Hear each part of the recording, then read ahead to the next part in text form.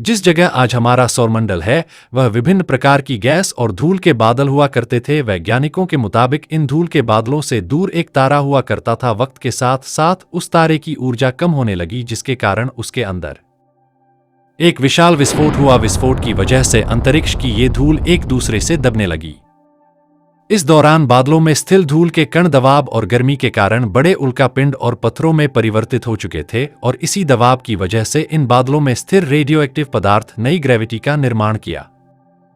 इस ग्रेविटी के कारण बीच में हाइड्रोजन और हीलियम इकट्ठा होने लगे। बीच के इस भयंकर दबाव के कारण एक विशाल विस्फोट हुआ, और इस विस्फोट के कारण हमारे सूरज का जन्म हुआ था। अंतरिक्ष में फैले एस्ट्रॉयड यानी क्षुद्र ग्रहों में भारी वजन की वजह से सूरज के करीब आकर सूरज की परिक्रमा करने लगे। धीरे धीरे इन्हीं एस्ट्रॉयड में भारी टकराव हुआ, जिसके फलस्वरूप मरकरी, विनस, अर्थ और मार्स जैसे ग्रहों का निर्माण हुआ था। वैज्ञानिकों के मुताबिक उस वक्त पृथ्वी और मार्स से यानी मंगल ग्रह के बीच दिया नामक अधिग्रहण सूरज की प्रतिमा किया करता था। पृथ्वी पर ग्रेविटी होने की वजह से सूरज की प्रतिमा करने वाले एस्ट्रॉयड अब पृथ्वी की प्रतिमा करने लगे, और धीरे धीरे करोड़ों सालों तक यह पृथ्वी पर गिरते रहे। और ऐसी घटना हमारे पड़ोसी ग्रह दिया पर भी हो रही थी, जिसके कारण दिया पृथ्वी के और करीब आने लगा और आकार पृथ्वी से टकराया। इस भयंकर टकराव की वजह से पृथ्वी के हिस्से कणों के रूप में अंतरिक्ष में फैल गए और एक रिंग की तरह पृथ्वी की प्रतिमा करने लगे। इन्हीं परिक्रमा करते हुए कणों में टकराव होने लगा, जिसके कारण हमारे चांद का निर्माण हुआ था कि उस वक्त पृथ्वी पर सिर्फ एक ही समुद्र हुआ करता था, और वह था 1900 डिग्री सेल्सियस की तापमान पर उबलते हुए लावे का उबल रही थी। वह सारी चीजें जिसे आज आप अलग अलग नाम से जानते हैं, वक्त के साथ साथ पृथ्वी धीरे धीरे ठंडी हो रही थी, जिसके कारण पृथ्वी के भारी तत्व जैसे धातु और रेडियो एक्टिव पदार्थ पृथ्वी के केंद्र में जाकर इकट्ठा हो गए, और हल्के पदार्थ पृथ्वी की सतह पर आ गए। लाखों सालों तक पृथ्वी पर उल्कापिंडों की बरसात हुई, और इन गिरते हुए उल्कापिंडों में जमा नमक, मिनरल और पानी करोड़ों सालों तक अपने उल्कापिंडों की बरसात होती रही, और धीरे धीरे पृथ्वी की ऊपरी सतह पानी से ढकने लगी।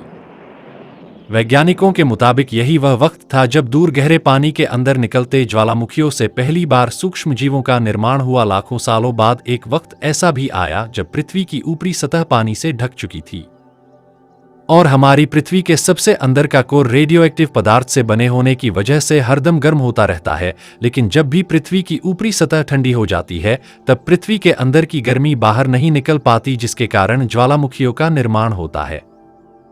और उस वक्त कुछ ऐसा ही हुआ। पानी से ढकी हुई पृथ्वी पर हजारों की तादाद में ज्वालामुखी निकलने लगे, और आने वाले लाखों सालों तक इन ज्वालामुखियों का निकलना जारी रहा, जिससे पानी के ऊपर इस जमीन का निर्माण हो रहा था। इस वक्त भी पृथ्वी पर वातावरण न होने की वजह से अंतरिक्ष से उल्कापिंडों की बरसात हो रही थी। आज से लगभग 300 करोड़ साल पहले पृथ्वी पर ऐसा वक्त भी आया जब पृथ्वी का वातावरण स्थिर होने लगा था, ज्वालामुखी निकलने धीरे हो गए थे, और पृथ्वी का एक दिन 12 घंटे का हुआ करता था। साल बीतते गए और धीरे धीरे ये सूक्ष्म जीव विकसित होते गए और समूह में रहने लगे। आज से लगभग 250 करोड़ साल पहले पहली बार पृथ्वी पर ऐसे जीवों का निर्माण हुआ था जो जीने के लिए यह पानी के अंदर के मिनरल यानी खनिज पदार्थ और धूप का इस्तेमाल करते थे, और मलत्याग के रूप में ऑक्सीजन बाहर निकालते थे। इस वक्त तक पृथ्वी पर ज्यादातर ज्वालामुखी निकलने बंद हो चुके थे, और इन माइक्रोबैक्टीरिया की वजह से वातावरण में ऑक्सीजन की मात्रा बढ़ रही थी। वातावरण में ऑक्सीजन बढ़ने की वजह से पृथ्वी का वायुमंडल बनना शुरू हुआ, और आने वाले हजारों सालों तक वातावरण में ऑक्सीजन की मात्रा बढ़ती रही, जिसकी वजह से पृथ्वी के ज्यादातर हिस्सों में यह सूक्ष्म जीव चारों ओर फैल गए। हजारों सालों बाद एक वक्त ऐसा भी आया जब पृथ्वी में ज्यादा ऑक्सीजन पड़ने के कारण यह सूक्ष्म जीव मरने शुरू हो गए। उस वक्त तक पृथ्वी का वातावरण ठंडा होने के साथ साथ ऑक्सीजन से भी भर चुका था, जिसके कारण जमीन और वातावरण में स्थित आयरन यानी लोहे के मिनरल्स पानी में स्थित ऑक्सीजन से रिएक्ट होने लगे। और एक वक्त ऐसा आया जब पृथ्वी की जमीन आज के मार्स के जैसे लाल हो चुकी थी। वक्त बीतने के साथ साथ धरती की टेक्टोनिक प्लेट में दरार पड़ने लगी, जिसके कारण पृथ्वी के अंदर लावा जमीन की तरह कई लाखों सालों तक खुला उबलता रहा, और यही वह कारण था जिसके कारण पृथ्वी के वातावरण में कार्बन डाइऑक्साइड की मात्रा बहुत बढ़ गई और पृथ्वी पर एसिड की वर्षा शुरू हो गई। एसिड रेन की वजह से पृथ्वी का तापमान घटने लगा, और तापमान इतना घटा कि पृथ्वी के ऊपर स्थित पानी बर्फ में परिवर्तित होने लगा। पृथ्वी पर पहली बार भयंकर आइसिस आया। इस वक्त पूरी पृथ्वी की सफेद बर्फ से ढक चुकी थी। आमतौर पर जब धरती पर सूरज की किरणें गिरती है तब जमीन उन किरणों को सोख लेती है, परंतु पूरी पृथ्वी बर्फ से ढक चुकी थी क्योंकि बर्फ सफेद और चमकीली होती है, जिसके कारण सूरज की किरणें धरती पर गिरने के बाद वापस चली जाती थी। इसी कारण से पृथ्वी कई लाखों सालों तक बर्फ से ढकी हुई थी। मगर फिर से पृथ्वी के अंदर स्थित गर्मी ज्वालामुखी के रूप में निकलना शुरू हो गई और ज्वालामुखियों से निकलने वाली गर्मी ने बर्फ को पिघलाना शुरू कर दिया। इसी बीच पृथ्वी की गहराई में बचे कुछ सूक्ष्मजीव धीरे धीरे बादल रहे थे और अब वह ऑक्सीजन को अपने शरीर को बड़ा और जटिल बनाने के लिए इस्तेमाल करने लगे थे। इस बीच पानी में अलग से भी छोटे समुद्री पौधे निकलने शुरू हो चुके थे। वहां जैसे जैसे ज्वालामुखी निकल रहे थे वैसे वैसे वातावरण में कार्बन डाइऑक्साइड की वजह से गर्म हो रहा था। वक्त के साथ साथ बर्फ पिघलने लगी, मगर धरती पर फिर एसिड की वर्षा शुरू हो गई, जिसके कारण फिर पृथ्वी ठंडी होने लगी और फिर पृथ्वी की ज्यादातर सतह बर्फ से ढक गई। ऐसा बार बार कई हजारों सालों तक होता रहा और इसी कारण से अब समुद्री जीव धीरे धीरे वातावरण के हिसाब से विकसित हो रहे थे। इस बीच कई सारे जीव और समुद्री जंगल विलुप्त हो गए, मगर जो बच गए वह धीरे धीरे पृथ्वी के बदलते तापमान के हिसाब से ढलते गए और हजारों सालों बाद समुद्री पेड़ बर्फ की वजह से पूरी तरह से मरते या सूखते नहीं थे। अब सूक्ष्मजीव समुद्री जीव बन चुके थे।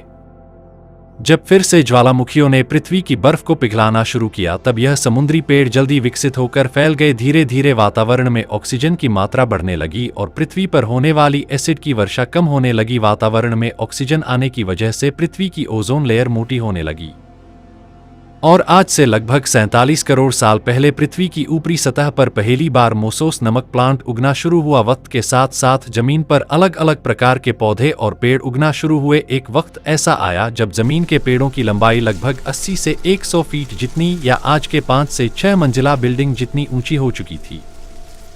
यह वह वक्त था जब समुद्री जानवर समुद्र से बाहर निकल रहे थे। ये पूरी जमीनी जानवरों में परिवर्तित हो रहे थे कि धरती की ज्यादातर जमीन एक जगह इकट्ठी हो चुकी थी, जिसे आज हम पेंजिया महाद्वीप के नाम से जानते हैं। पृथ्वी का वातावरण और तापमान लगभग स्थिर हो चुका था और अब करीब 21 से 23 घंटे का दिन हुआ करता था। अब समुद्री जीव पानी से बाहर रहने लगे थे और वातावरण के हिसाब से उनके शरीर का रंग रूप बदल रहा था। धीरे धीरे ही जमीनी जानवर डायनासोर में परिवर्तित हो गए। जिन डायनासोर ने पेड़ पौधे खाने शुरू कर दिए उनका शरीर लंबा और विशाल रूप से विकसित होने लगा और कुछ डायनासोर वहां शिकार किया करते थे। इसके कारण वे छोटे और तेज होते चले गए थे। पृथ्वी की ऊपरी जमीन एक जगह इकट्ठी होने के कारण ज्यादातर जमीन रेगिस्तान और बंजर हो चुकी थी। ज्यादातर जंगल समुद्र के करीब हुआ करते थे जिसमें डायनासोर रहा करते थे और लगभग 20 करोड़ साल पहले पेंजिया महाद्वीप टूटना शुरू हो चुका था।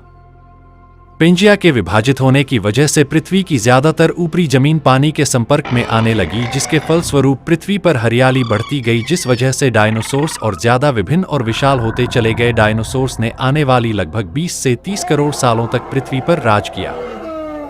उस वक्त उन्होंने समुद्र से लेकर जमीन तक और जमीन से लेकर आसमान तक पूरी पृथ्वी पर राज किया करते थे। इस दौरान अफ्रीका से टूटा भारत सीधे आकार आज के तिब्बत से टकराया और इस टकराव की वजह से हिमालय का निर्माण हुआ था। आज से लगभग 6.5 करोड़ साल पहले पृथ्वी की तरफ आज के माउंट एवरेस्ट से भी बड़ा लगभग 4.5 लाख करोड़ किलो वजन उल्कापिंड लगभग 80,000 किलोमीटर प्रति घंटे की स्पीड से पृथ्वी की तरफ आ रहा था। पृथ्वी की सतह को छूते ही उसमें भयंकर आग लगी और वह जलते हुए सीधा पृथ्वी से टकराया। इस टकराव से निकलने वाली ऊर्जा आज के 10 करोड़ परमाणु बम एक साथ फटने के बराबर थी। जहां ये उल्कापिंड गिरा वहां के जानवर और पेड़ तुरंत भाप बनकर जल गए। उनके जलते ही पृथ्वी पर पूरी तरह धूल फैलने लगी। समुद्र में भयंकर बाढ़ आने लगी कि भूकंप और आग ने पृथ्वी को जलाना शुरू कर दिया था कि कुछ ही घंटों में पूरी पृथ्वी के वातावरण में हानिकारक गैस और धूल की वजह से पृथ्वी नरक में तब्दील हो चुकी थी। डायनासोर घुटन आग और भूखमरी से पूरी तरह विलुप्त हो गए थे। मैं इस वक्त और हमारे पूर्वज जमीन के अंदर रहा करते थे, जिसके कारण वह इस विशाल प्रलय से बच गए। पृथ्वी का वातावरण पूरी तरह से काला और अंधेरा हो चुका था, जिससे धूप भी जमीन तक नहीं पहुंच सकती थी। पृथ्वी के पेड़ और ज्यादातर जानवर विलुप्त हो गए थे। वातावरण में धूल और हानिकारक गैस के कारण पृथ्वी पर फिर से एसिड की वर्षा शुरू हो गई और फिर पृथ्वी ठंडी होकर बर्फ से ढक गई। लेकिन इस बार पृथ्वी की बर्फ लाखों सालों तक नहीं जमी रही और 80 से 90 हजार साल बाद यह बर्फ पिघलनी शुरू हो गई। जैसे ही धरती पर वातावरण फिर से पहले जैसा होने लगा, वैसे ही यह छोटे जीव जमीन से बाहर निकलने शुरू हो गए। उस वक्त पृथ्वी की बर्फ पिघलनी शुरू हुई थी, जिसके कारण अफ्रीका में घने और घिरे ठंडे जंगल हुआ करते थे और इसी बीच यह जमीनी जीव बंदरों में परिवर्तित हुए। मगर जैसे जैसे पृथ्वी गर्म होने लगी वैसे वैसे अफ्रीका के लिए जंगल सूखने लगे। जंगल की चीजें खाने वाले बंदरों को खाने की कमी होने लगी। खाने की तलाश में इन बंदरों ने अपने पैरों पर चलना शुरू किया, जिससे उन्हें दूसरे जानवरों के शिकार करने में मदद मिलती थी। धीरे धीरे बंदर एप्स यानी वानर में परिवर्तित हुए। खाने की तलाश में यह एप्स पृथ्वी के दूसरे हिस्सों में फैलने लगे और धीरे धीरे उनके शरीर का रंग रूप वहां के मौसम के हिसाब से बदलता गया। वक्त के साथ साथ हम आदिवासी बने। हमने हथियारों से लेकर आग का आविष्कार किया कि अब हम धीरे धीरे इंसान के रूप में विकसित हुए।